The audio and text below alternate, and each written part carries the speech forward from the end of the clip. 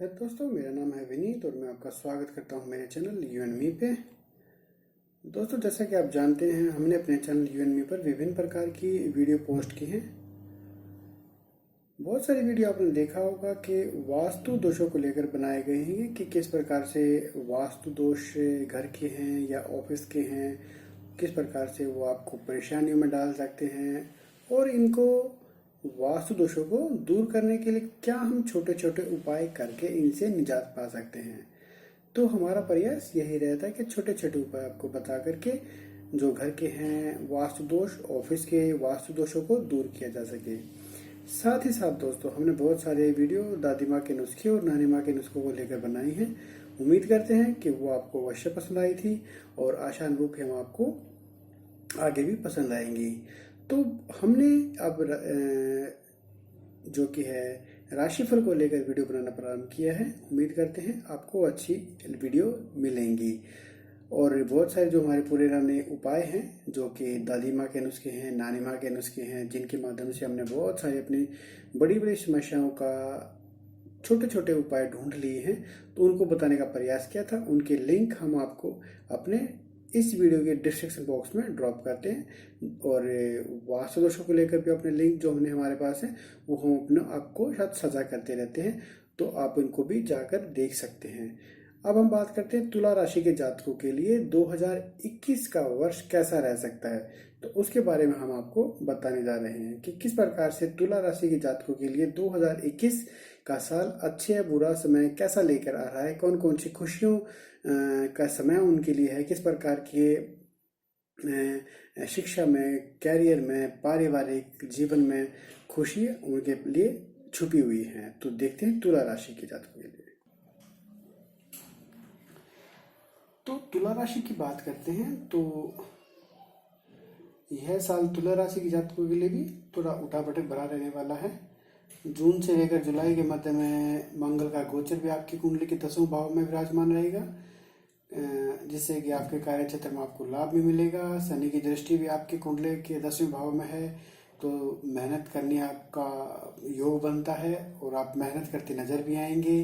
बृहस्पति भी गोचर करते हुए आएंगे और आपको परिणाम प्राप्त होगा। आप नौकरी बदलने की सोच रहे हैं तो वो भी आपको असफलता मिलेगी।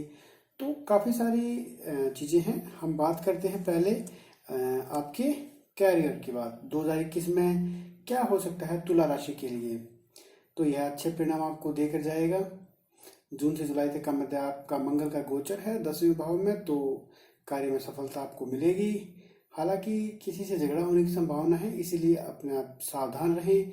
और इस साल शनि की दृष्टि आपकी कुंडली के 10वें भाव में रहेगी, जिससे कि आपकी मेहनत योग बनता नजर आ रहा है, तो मेहनत आपको करनी पड़ेगी। बृहस्पति का गोचर भी आपकी राशि में है, तो नौकरी की बदलने की संभावनाएं आपको दिख रही हैं, तो वो भी आपको निश्चित सफलता मिलेगी।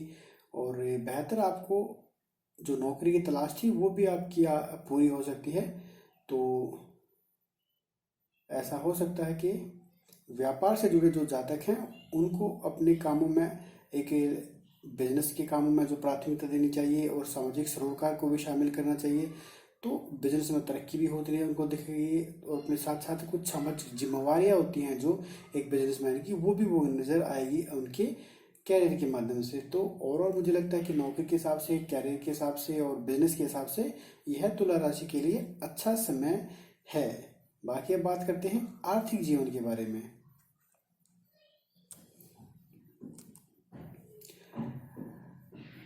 आर्थिक पहलू के हिसाब से यह शुरुआत बेहतर रहने वाली है। खासतौर पर मार्च, जून और जुलाई अगस्त का महीना काफ़ी अनुकूल परिणाम देने वाला रहने वाला है।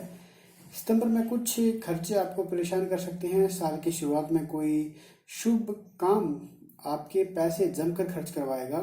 सोच समझ कर खर्च करें और इस साल आप परोपकार के कामों पर भी खर्च करेंगे, यानी कि जो धर्मार्थ के कार्य होते हैं, सामाजिक कल्याण के कार्य होते हैं, वहाँ पर भी आप अपना खर्चा बढ़ाते हुए नजर आएंगे। हालांकि इस साल राहु के अष्टम भाव में मौजूद होने से फालतू के खर्चों होने के जो योग बनते नजर आ रहे हैं वो हमने पहले ही आपको बता दिया है, थोड़ी परेशानी कर सकते हैं। इसलिए अब कोशिश करें आपको सोच समझकर ही खर्चों के बारे में प्लानिंग करें और आय में और अपनी बचत में और अपने खर्चों में एक सामंजस्य स्थापित करने का प्रयास करें। अब बात करते हैं शिक्षा की। तो शिक्षा से संबंधित में तो अप्रैल से लेकर सितंबर तक का जो समय है वो सबसे अच्छा रहने वाला है। काफ़ी अच्छा समय दिख रहा है और आप मन लगाकर पढ़ाई करेंगे तो आप अच्छा प्रदर्शन कर सकते हैं और उच्च शिक्षा के जो योग हैं वो भी यहाँ पर हमें नजर आते हैं।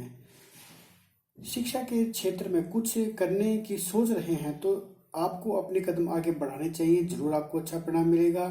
कंपटीशन तो है, तैयारी है, तो मेहनत भी आपको करनी पड़ेगी और मेहनत के हिसाब से आपको सफलता मिलेगी। मेहनत से आप जीना चुराएं, आप मेहनती हैं तो मेहनत आप अवश्य करें और उसी के हिसाब से भी आपको सफलता मिलती नजर आएगी अपने परिणामों के माध्यम से।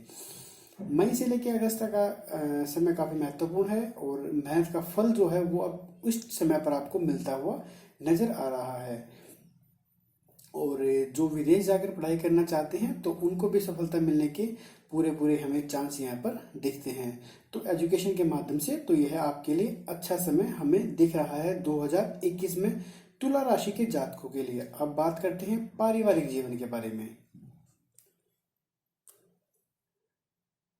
तो तुला राशि के जातकों के लिए घर से थोड़ी दूरी बनने की संभावना नजर आ रही हैं। जरूरी नहीं कि ये दूरियां पारिवारिक लड़ाई या किसी गलत वजह से हों, ये दूरियां काम व्यवस्था के सिलसिले में भी हो सकती हैं और माता जी के स्वास्थ्य का विशेष ध्यान रखने की जरूरत है क्योंकि माता जी के स्वास्थ्य में स्वास्थ्य संबंधी चुनौतियां हमें दिख रही हैं। घर परिवार के संबंध में ये साल अच्छा जाने की उम्मीद है, खासतौर पर अप्रैल से लेकर परिवार में शांति रहेगी।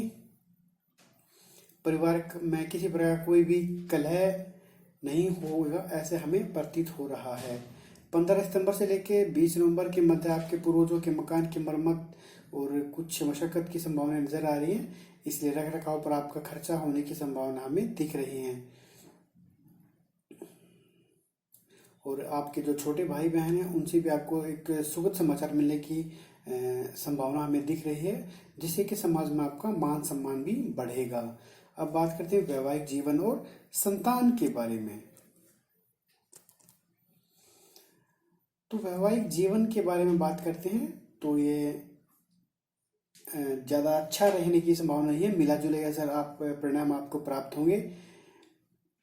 मंगल की वजह से जो साल की शुरुआत है उस मंगल आपके सप्तम भाव में होने की वजह से आपके और थोड़ी कड़वाहट आ सकती है जीवन साथी के मध्य में, आपके और आपके जीवन साथी तो उसके बीच थोड़ी कड़वाहट आने की संभावना है क्योंकि मंगल आपके सप्तम भाव में है। इसके बाद फरवरी से लेकर अप्रैल के मध्य में कुछ प्रतिकूल हमें नहीं दिख रहा है क्योंकि अष्टम भाव में राहु और मंगल की युति हो रही है। अब तो ठीक रहेगा, बाकी ससुराल पक्ष से कुछ कहासुनी और विवाद की संभावना हमें बनती दिख रही है। हालांकि अप्रैल मध्य से मई के बीच रिश्तों में सुधार की संभावनाएं भी हैं, तो रिश्तों में आकर्षण भी बढ़ेगा और कार्य क्षेत्र में कड़ी मेहनत भी आपको के जीवन साथी को करनी पड़ सकती है। जून के महीने में आपके मान सम्मान को किसी प्रकार से ठेस भी पहुंच सकती है। ससुराल पक्ष से कोई बात है या कुछ ऐसा बात हो जाए जिससे कि आपके संबंधों पर गलत असर पड़ेगा, तो कोशिश करें अपने आप को शांत रखें। संतान के लिहाज से भी ये काफी बेहतर माना जा रहा है। संतान का स्वास्थ्य बीच बीच में थोड़ा सा कमजोर होने की संभावनाएं अवश्य हैं, लेकिन ध्यान देने की जरूरत है। उससे कोई आपको चिंता होने की बात नहीं है, वो सब चलता रहता है समय के अनुसार में। तो वैवाहिक जीवन और संतान प्राप्ति के बारे में हमें दिख रहा है कि थोड़ी दिक्कतें हैं, लेकिन संतान के बारे में आप निश्चिंत रहें तो हमें अच्छा ही दिख रहा है। जहां तक बात करते हैं स्वास्थ्य के बारे में, तो स्वास्थ्य के बारे में आपको सावधानी बरतने की जरूरत हमें दिख रही है। कोई बड़ा रोग ना हो लेकिन स्वास्थ्य थोड़ा सा कमजोर रहेगा, छोटी मोटी समस्याएं जो वे बनी रह सकती हैं। इस साल आपकी कुंडली के अष्टम भाव में राहु की मौजूदगी और दूसरे भाव में केतु की उपस्थिति एक बार फिर स्वास्थ्य के प्रति सजग रहने की ओर इशारा कर रही है। आप बासी भोजन या किसी जरूरत से ज्यादा भोजन करने की संभावना से बचें, यानी कि जो ये ना सोचे कि खाना थोड़ा ऐसा खा लिया, ज़्यादा खा लिया, कुछ खा लिया, खाने के बारे में थोड़ा कॉन्शियस रहें। थोड़ा सा इस प्रकार खाना ना खाएं जो आपको हजम होने की संभावनाएं हमें कम दिख रही हैं, जो आपके सेहत के हिसाब से ना हो, तो वो खाना खाने से आप बचें। कोई बड़ा रोग नहीं, लेकिन सेहत की थोड़ी सी संभावनाएं हमें भी दिख रही है, अपनी सेहत का आप ख्याल रखें। अब बात करते हैं ज्योतिष उपाय की। तो ज्योतिष उपाय हम आपको बता रहे हैं, वो आप अवश्य कर लेंगे तो आप इन समस्याओं को पार पाने में हमें दिख रहा है कि आप सही हो जाएगा। आपको अपनी राशि के स्वामी की को मजबूती देने के लिए हीरा अथवा ओपल रत्न धारण करना चाहिए, जो कि शुक्र के दिन चांदी की अंगूठी में अनामिका उंगली में पहनना बेहतर होगा। मैं फिर दोहरा रहा हूँ, हीरे अथवा ओपल रत्न धारण करना आपके लिए बेहतर है। शुक्रवार के दिन चांदी की अंगूठी में अनामिका उंगली में आपके लिए पहनना बेहतर रहेगा। गौ माता की जितनी हो सके सेवा करें और आटे की लोई खिलाएं और उनकी पीठ पर 3 बार हाथ भी फेरेंगे तो आपके लिए लाभ होगा। इसके अतिरिक्त शनिवार के दिन मध्य उंगली में पंच धातु अथवा अष्ट धातु की उंगली में नीलम रत्न धारण करना भी आपके लिए फायदे का सौदा साबित हो सकता है और ये कार्य क्षेत्र में आपका अच्छा लाभ मिलेगा। शनिवार के दिन मध्य उंगली में पंचधातु या अष्ट धातु की उंगली में नीलम रत्न धारण करेंगे तो आपके लिए बेहतर और अच्छा लाभकारी होगा। बुधवार के दिन पक्षियों के जोड़ों को पिंजरों से आजाद करके से आपके भाग्य मजबूत होगा। लकड़ी वाला कच्चा कोयला सिर से 7 बार वार करके इस बहते जल में प्रभावित करना आपके लिए अनुकूल होगा।